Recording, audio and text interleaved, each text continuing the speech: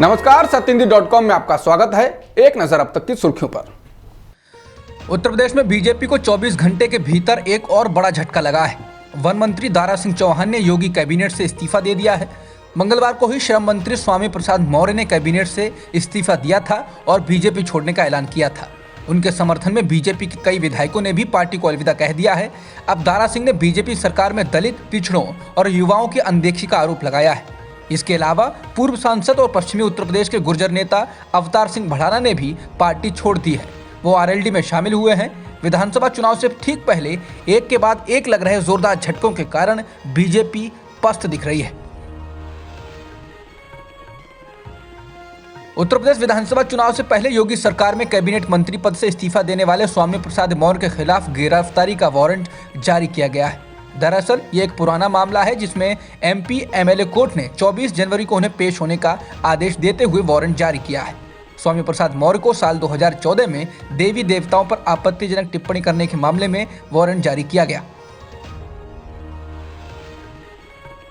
एक के बाद एक ओबीसी नेता बीजेपी का दामन छोड़ रहे हैं और बीजेपी सरकार पर पिछड़ों की अनदेखी का आरोप लगा रहे हैं। इस बीच बीजेपी ने इससे पार पाने की कोशिश में समाजवादी पार्टी और कांग्रेस के कई मौजूदा और पूर्व विधायकों को पार्टी में शामिल कराया है। दिल्ली में चल रही पार्टी की कोर कमेटी की बैठक के दौरान बीजेपी यूपी अध्यक्ष स्वतंत्र देव सिंह ने पार्टी दफ्तर पर अलग से प्रेस कॉन्फ्रेंस करके ये घोषणा की। उन्होंने बताया कि सपा विधायक हरिओम यादव और कांग्रेस विधायक नरेश सैनी बीजेपी में शामिल हो गए हैं। दोनों ओबीसी विधायक हैं। इसी तरह पूर्व विधायक धर्मपाल सिंह भी बीजेपी में शामिल हुए हैं। इस बीच सपा सुप्रीमो अखिलेश यादव ने नाराज सपा विधायक मनोज पांडे को मिलने के लिए बुलाया है। यूपी विधानसभा चुनाव 2022 को लेकर घटनाक्रम तेज हो गए हैं। समाजवादी पार्टी ने आज अपने सहयोगी दलों के साथ बैठक कर अपनी चुनावी रणनीति पर बात की। इसमें रालोद, महानदल, सुहेलदेव पार्टी, प्रसपा, जनवादी पार्टी के नेता शामिल हुए। सुहेलदेव पार्टी के अध्यक्ष अशोक राजभर ने बैठक से निकलने के बाद मीडिया को बताया कि बातचीत बहुत खुशनुमा माहौल में हुई। हम लोगों ने शपथ ली है कि अखिलेश यादव को मुख्यमंत्री बनाने के लिए पूरी तरह मेहनत करें। सभी लोग गांव की तरफ निकल रहे हैं। राजभर ने कहा कि जल्द ही टिकट फाइनल किए जाएंगे। सूत्रों का कहना है कि राजभर की पार्टी को 8 सीटें मिल सकती हैं। महानदल के हिस्से में 3 सीटें आ सकती हैं। शिवपाल ने मीडिया को बताया कि हमारे हिस्से में 6 सीटें आई हैं। इस सूची में शिवपाल के बेटे आदित्य का भी नाम है। सपा के साथ गठबंधन में रालोद सबसे बड़ा दल है। उसके साथ सीटों की घोषणा सपा सुप्रीमो अखिलेश यादव और रालोद अध्यक्ष जयंत चौधरी मिलकर करेंगे। समझा जाता है कि रालोद के हिस्से में 30 से 34 सीटें आ सकती हैं। वहीं प्रसपा अध्यक्ष शिवपाल यादव की भी अखिलेश से बात हुई। शिवपाल ने मीडिया को बताया कि उनके हिस्से में 6 सीटें आई हैं। इसी सूची में शिवपाल के बेटे आदित्य का नाम है।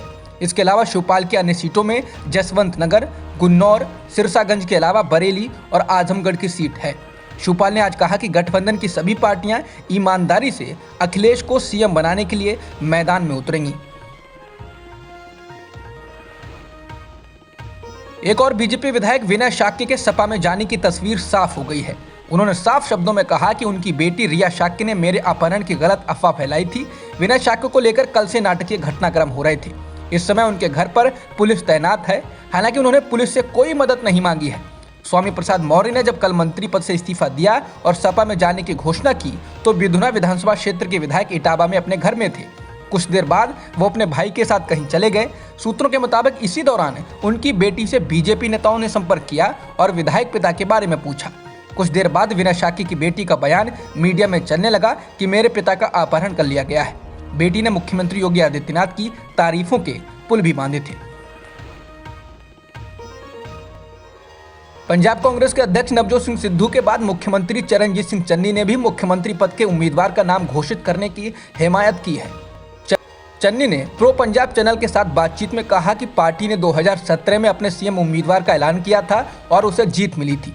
चन्नी ने कहा कि जब भी पार्टी ने सीएम उम्मीदवार के नाम का ऐलान नहीं किया तो उसे हार मिली, इसीलिए पार्टी को इस बारे में ऐलान करना चाहिए। सिद्धू ने भी मंगलवार को चंडीगढ़ में कहा कि पंजाब के लोग मुख्यमंत्री बनाएंगे, ना कि Congress high command.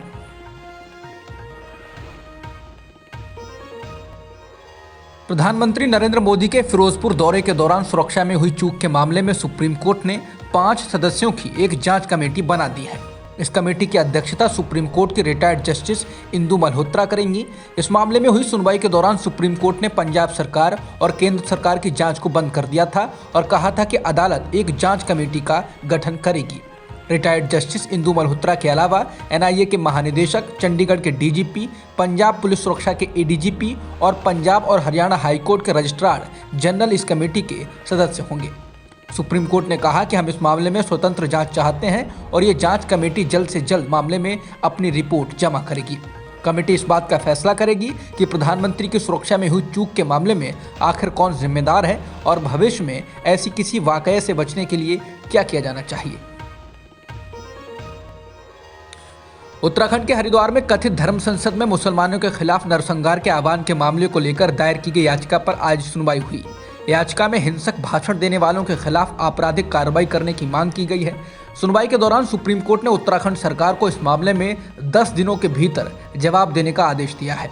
Supreme court Patna high court के पूर्व जज जस्टिस अंजना प्रकाश और पत्रकार कुरबान अली की याचिका पर सुनवाई कर रहा था।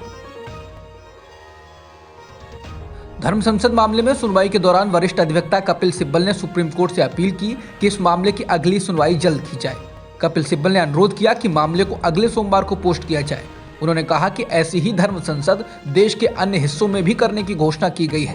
सिब्बल ने कहा कि 23 जनवरी को अलीगढ़ में एक धर्म संसद होने वाली है। आपसे अनुरोध किया है कि मामले को अगले सोमवार को पोस्ट किया जाए। जिसके बाद सुप्रीम कोर्ट ने याचिकाकर्ताओं को छूट दी है कि वो 23 जनवरी को अलीगढ़ में होने वाली धर्म संसद को रोकने के लिए लोकल अथॉरिटी के पास जा सकते हैं। धर्म संसद मामले में सुनवाई के दौरान कपिल सिब्बल ने कहा कि अगर त्वरित कदम नहीं उठाए गए तो ये धर्म संसद अन्य जगहों पर होगी। ये उन राज्यों में होने जा रही हैं जहां चुनाव की प्रक्रिया चल रही है। उन्होंने कहा कि इस मामले में कोई गिरफ्तारी नहीं हुई है, देश का माहौल खराब हो जाएगा। ये गणतंत्र के विपरीत है और उसके विपरीत है जिसके लोकाचार और मूल्यों को हम संजोते हैं। सिब्बल ने धर्म संसद को लेकर कहा कि हिंसा के लिए एक स्पष्ट तौर पर भड़काना है। बिहार में विपक्ष के नेता तेजस्वी यादव ने तेलंगाना के मुख्यमंत्री के चंद्रशेखर राव उर्फ केसीआर से मुलाकात की है। दोनों नेताओं की इस मुलाकात को 2024 में होने वाले लोकसभा चुनाव से पहले किसी एक नए फ्रंट के बनने की कवायद से जोड़कर देखा जा रहा है। बीते दिनों में पश्चिम बंगाल की मुख्यमंत्री ममता बनर्जी ने भी एक अलग फ्रंट बनाने की कोशिश की और तमाम नेताओं से मुलाकात भी की। तेजस्वी यादव हैदराबाद पहुंचे थे। बताया गया है कि केसीआर से मुलाकात के दौरान क्षेत्रीय दलों के नेताओं के बीच राष्ट्रीय दलों विशेषकर बीजेपी के खिलाफ एक मोर्चा खड़ा करने पर बात हुई है।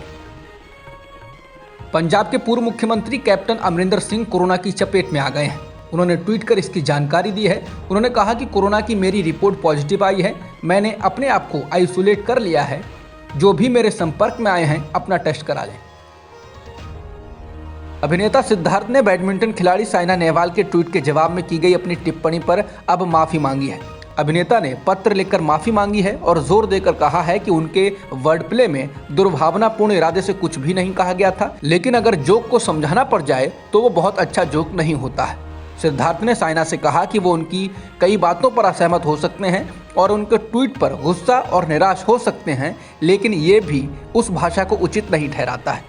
इसके साथ ही सिद्धार्थ ने कहा कि आप मेरी हमेशा चैंपियन रहेंगी। अब तक की खबरों में इतना ही। बाकी खबरों के लिए बने रहिए सत्यहिंदी.com के साथ। सत्य हिंदी का ऐप डाउनलोड करें गूगल प्ले स्टोर पर।